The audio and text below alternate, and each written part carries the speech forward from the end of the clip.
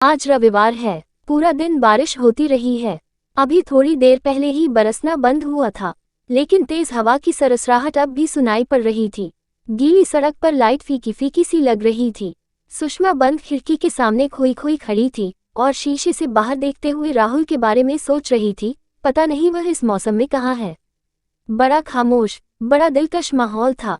एक ताजगी थी मौसम में, लेकिन मौसम की सारी सुंदरता, आसपास की सारी रंगीनियां दिल के मौसम से बंधी होती हैं और उस समय सुषमा के दिल का मौसम ठीक नहीं था।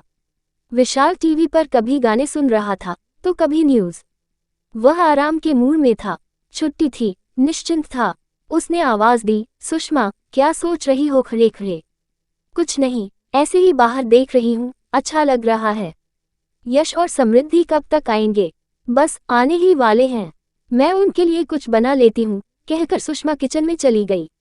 सुषमा जानबूझकर किचन में आ गई थी। उसकी नज़रों में इस समय बस राहुल के इंतजार की बेचैनी थी। सुषमा और विशाल के विवाह को 20 वर्ष हो गए थे। युवा बच्चे यश और समृद्धि अपनी अपनी पढ़ाई और दोस्तों में व्यस्त हुए तो सुषमा को जीवन में एक रिक्तता खलने लगी। वह विशाल से अपने अकेलेपन की चर्चा करती। विशाल, आप भी काफी व्यस्त रहने लगे हैं, बच्चे भी बिजी हैं, आजकल कहीं मन नहीं लगता। शरीर, घर बाहर के सारे कर्तव्य तो निभाता चलता है, लेकिन मन में एक अजीब वीराना सा भरता जा रहा है।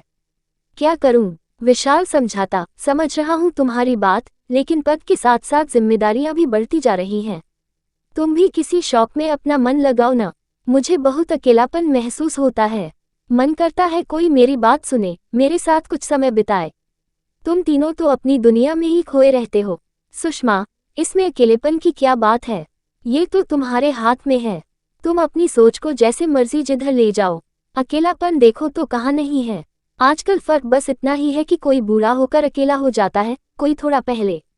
इस सच्चाई को मन से स्वीकारो तो कोई तकलीफ नहीं होती। और हाँ, तुम्हें तो पढ़ने लिखने का इतना शौक था ना। तुम तो कॉलेज में लिखती भी थी। अब समय मिलता है तो कुछ लिखना शुरू करो। मगर सुषमा को अपने अकेलेपन से इतनी आसानी से मुक्त होना मुश्किल लगता। इस बीच विशाल ने रुड़की से दिल्ली एमबीए करने आए अपने प्रिय दोस्त के छोटे भाई राहुल को घर आने के लिए कहा, तो सुषमा राहुल से मिलने के बाद खिल ही उठी। हॉस्टल में रहने का प्रबंध नहीं हो पाया तो विजय ने विशाल से फोन पर कहा, यार, उसे कहीं अपने आसपास ही कोई कमरा दिलवा दे, घर में भी सब लोगों की चिंता कम हो जाएगी। विशाल के खूबसूरत से घर में पहली मंजिल पर 2 कमरे थे। एक कमरा यश और समृद्धि का स्टडी रूम था, दूसरा एक तरह से गेस्ट रूम था। रहते सब नीचे ही थे। जब कुछ समझ नहीं आया तो विशाल ने सुषमा से विचार विमर्श किया, क्यों न राहुल को ऊपर का कमरा दे दें। अकेला ही तो है, दिन भर तो कॉलेज में ही रहेगा। सुषमा को कोई आपत्ति नहीं थी। अतः विशाल ने विजय को अपना विचार बताया और कहा, घर की ही बात है, खाना भी यहीं खा लिया करेगा, यही आराम से रह लेगा। विजय ने आभार व्यक्त करते हुए कहा, ठीक है, उसे पेइंग गेस्ट की तरह रख ले। विशाल हंसा, क्या बात कर रहा है? जैसे तेरा भाई वैसे मेरा भाई। राहुल अपना बैग ले आया। अपने हंसमुख स्वभाव से जल्दी सबसे हिल मिल गया। सुषमा को अपनी बातों से इतना हंसाता कि सुषमा तो जैसे फिर से जी उठी। नियमित व्यायाम और संतुलित खानपान के कारण सुषमा संतुलित देहयष्टि की स्वामिनी थी।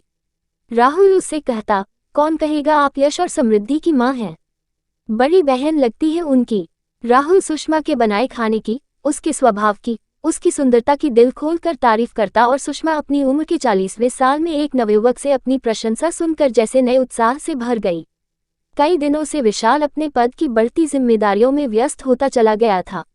अब तो बस नाश्ते के समय विशाल हाँ करता हुआ जल्दी जल्दी पेपर पर नजर डालता और जाने के लिए बैग उठाता और चला जाता। रात को आता तो कभी न्यूज़, कभी लैपटॉप, तो कभी फोन पर व्यस्त रहता।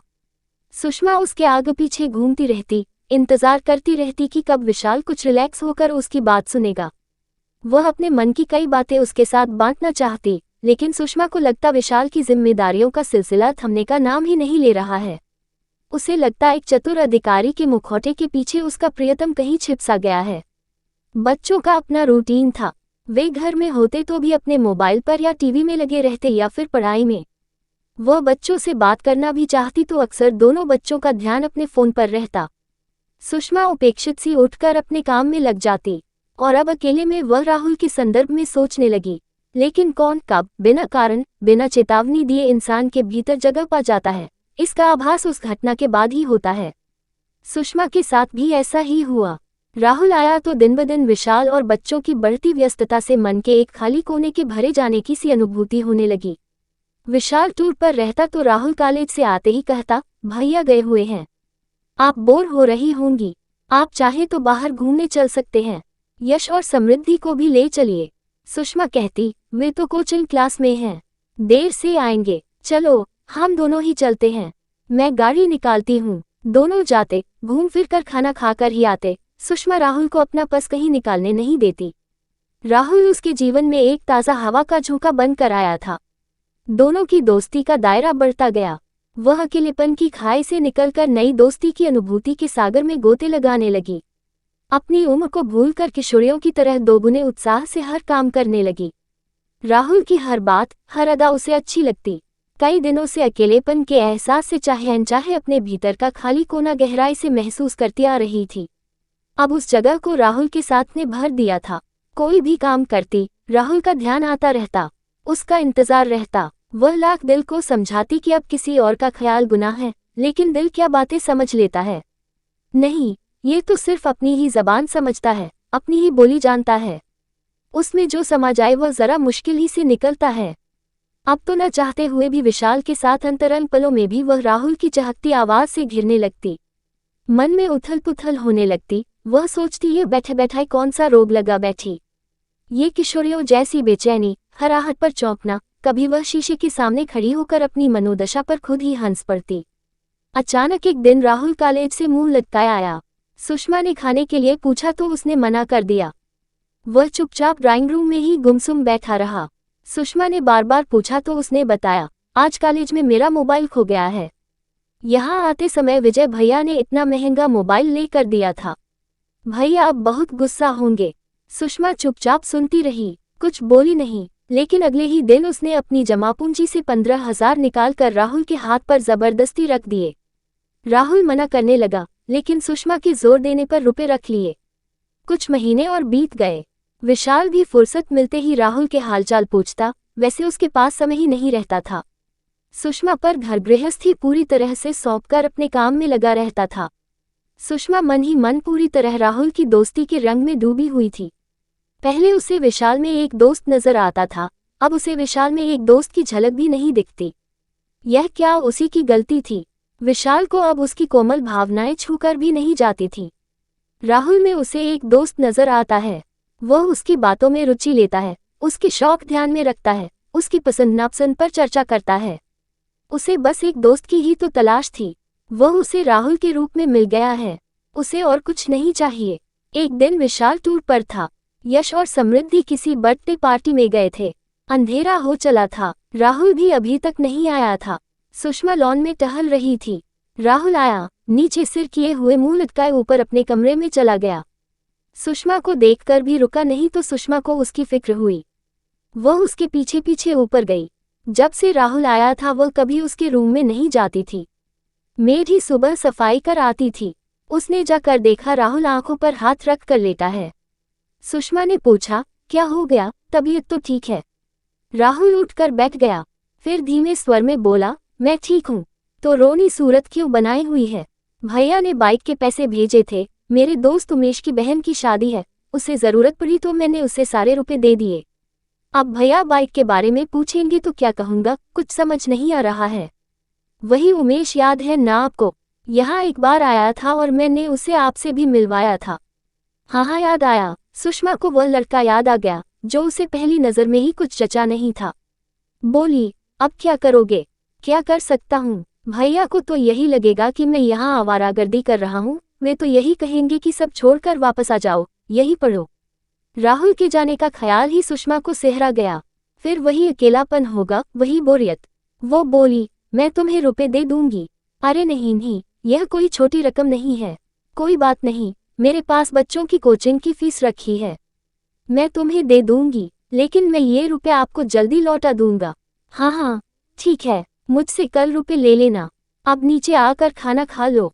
सुषमा नीचे आ गई, अपनी अलमारी खोली, सामने ही रुपए रखे थे। सोचा अभी राहुल को दे देती हूँ, उसे ज्यादा जरूरत है इस समय।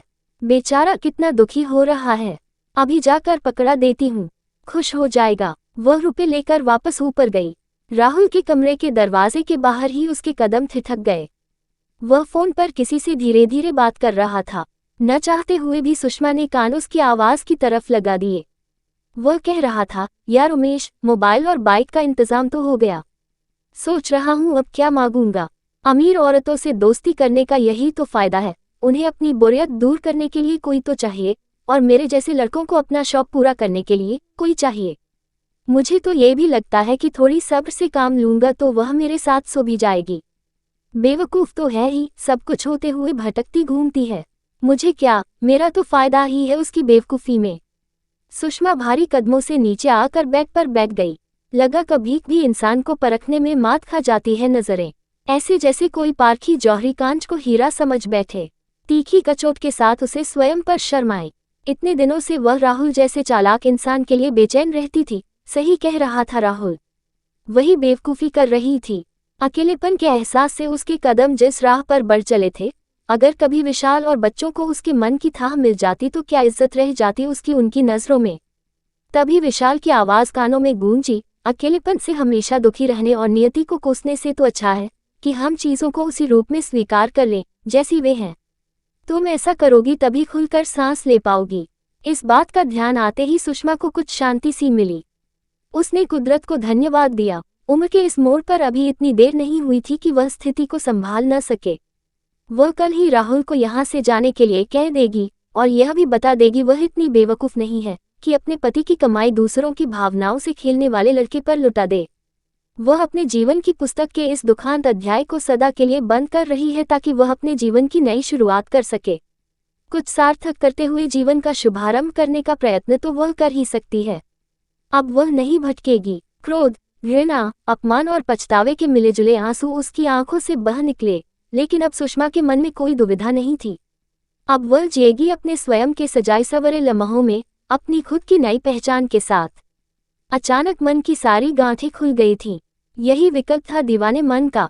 उसने फोन उठा लिया, राहुल के भाई को फोन कर दिए गए पैसों की सूचना देने के लिए और उन्हें वापस मांगने के लिए।